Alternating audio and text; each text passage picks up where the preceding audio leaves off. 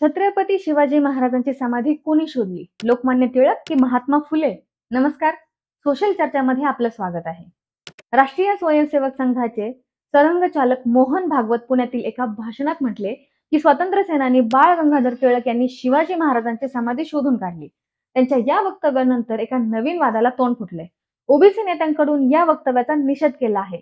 समाजसुधारक ज्योतिराव फुले यांनी महाराजांच्या समाधीचा शोध लावला आणि त्याचे श्रेय हिरावून घेतले जात आहे असाही आरोप करण्यात आला आहे. शिवाजी महाराजांचे स्मरण व्हावे म्हणून प्रबोधनाची चळवळ सुरू झाली आणि रायगडावर सोहळा सुरू झाला. हे टिळकांनी शोध घेतल्यामुळेच झाले असं भागवत म्हणाले. त्यानंतर सुरू झालेल्या या वादात केवळ इतिहासच नाही तर अनेक सामाजिक मुद्द्यांचे प्रतिबिंबित पाहायला मिळत आहे. तर मंडळी, व्हिडिओला सुरू करण्यापूर्वी आमचे नवनवीन व्हिडिओ आपल्यापर्यंत पोहोचण्यासाठी चॅनलला सबस्क्राईब करा.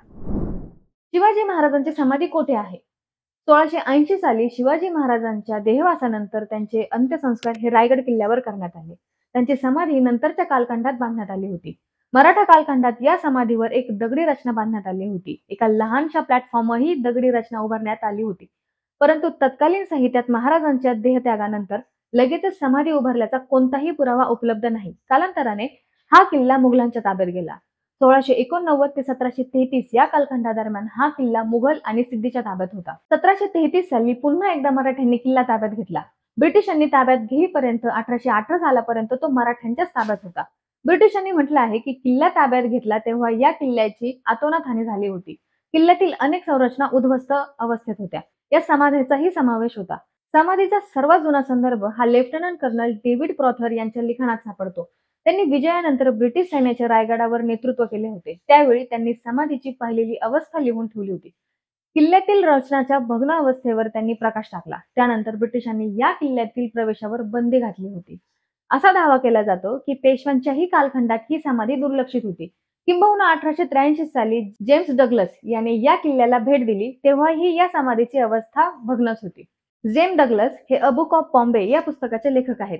त्यांनी या किल्ल्याला दिलेल्या भेटी संदर्भात उल्लेख या पुस्तकात सापडतो. ते लिहितात, महाराजांचा राज्याभिषेक, लग्न आणि मृत्यू या किल्ल्यावर झाला. त्यांच्या समाधीभोवती तण वाढलेले आहेत, रानटी झाडं वाढलेली आहेत, मंदिरं जीर्ण आणि उद्ध्वस्त झालेली आहेत.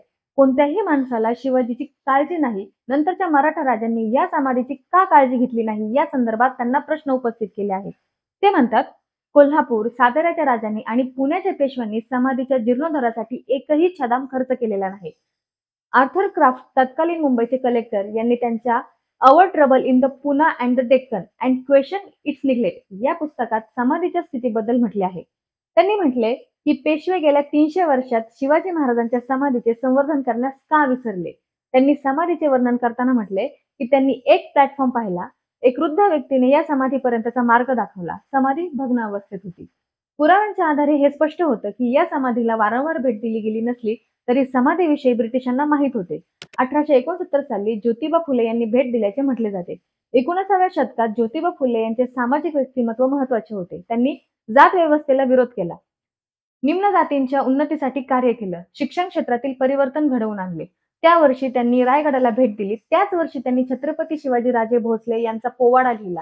त्यांनी या पोवाड्यात सामान्य जनतेचा राजा असं महाराजांचं वर्णन केले. म्हणजे जवळपास अर्धशतकभर ही समाधी दुर्लक्षित होती आणि रानटी झाडाझुडपाने ग्रासली होती. ज्योतिबा फुले यांनी भेट देईपर्यंत त्या कालखंडात तिथे कोणीही भेट दिली नव्हती. हा प्रसंग दीनबंधू या वर्तमानपत्रात प्रकाशित करण्यात आला होता, असे इतिहासकार इंद्रजित सावंत यांनी त्यांच्या समाधी शोध या बोध पुस्तकात म्हटलं आहे. जेम्स डग्लस यांच्या पुस्तकातील वर्णनानंतर अनेक मराठी भाषकांनी या समाधीला भेट दिली. वसईच्या गोविंदराव बाळाजी जोशी यांनी 3 एप्रिल 1885 रोजी रायगडला भेट दिली होती. त्यांनी जवळपास 45,046 रुपयांचा खर्च डागडुजीसाठी वाढला होता. रचना साधी असल्याने या वास्तूच्या डागडुजीसाठी ब्रिटिश सरकारने 50 रुपये इतका खर्च केला आणि देखरेखीसाठी रुपये 5 प्रतिवर्ष अशी सोय केली. 1895 साली लोकमान्य टिळकांनी या वास्तूच्या छत्रीच्या बांधकामासाठी निधीची व्यवस्था करण्यासाठी रायगडवर एक सभा बोलावली. त्या सभेत या समाधीच्या जीर्णोद्धार आणि बांधकामासाठी एक समिती नेमण्यात आली. या सदस्यीय समितीचे सचिव लोकमान्य टिळक होते. त्यांनी या समाधीच्या कामासाठी 25,000चा निधी गोळा केला आणि डेक्कन बँकामध्ये जमा केला. परंतु 1913 साली त्या बँकेचे दिवाळी निघाल्यामुळे तो निधी गमावला. तसेच 1920 साली टिळकांच्या मृत्यूनंतर ही मोहीम वरगळली. त्यानंतर 1925 साली ब्रिटिश सरकारने समाधीचे बांधकाम आणि जीर्णोद्धारासाठी परवानगी दिली होती. सध्याचा वाद हा इतिहास बदलाचे कट कारस्थान असल्याचा आक्षेप घेतला जात आहे. हे सत्य आहे की ज्योतिबा फुलेंनी समाधी शोधली आणि त्यांनीच शिवजयंती साजरी करण्यास सुरुवात केली. हे ऐतिहासिक सत्य आहे जे कुणीही बदलू शकत नाही, असे ओबीसी नेते आणि राज्य मंत्रिमंडळातील महत्त्वाचे मंत्री छगन भुजबळ यांनी सांगितले. अनेक इतिहासकारांनीही यावर प्रश्न विचारले आहेत. टिळकांनी समाधी शोधल्याचा कुठलाही पुरावा नसताना त्यांचे नाव का गोवले जात आहेत? किंबहुना समाधीच्या जीर्णोद्धारासाठी 1895 पासून सुरू केलेल्या मोहिमेचे श्रेय टिळकांनाच जाते. परंतु बँकेचे दिवाळे निघाल्यामुळे तसेच टिळकांच्या मृत्यूनंतर ही मोहीम बारगळली असा आक्षेप घेतला जातो. तर मंडळी, तुम्हाला काय वाटतं या माहितीबद्दल आम्हाला कमेंट करून नक्की कळवा. आणि जर तुम्ही हा व्हिडिओ Facebook आणि Instagramवर पाहत असाल तर आम्हाला नक्की फॉलो करा, म्हणजे आमचे येणारे नवनवीन व्हिडिओ तुमच्यापर्यंत पोहोचतील.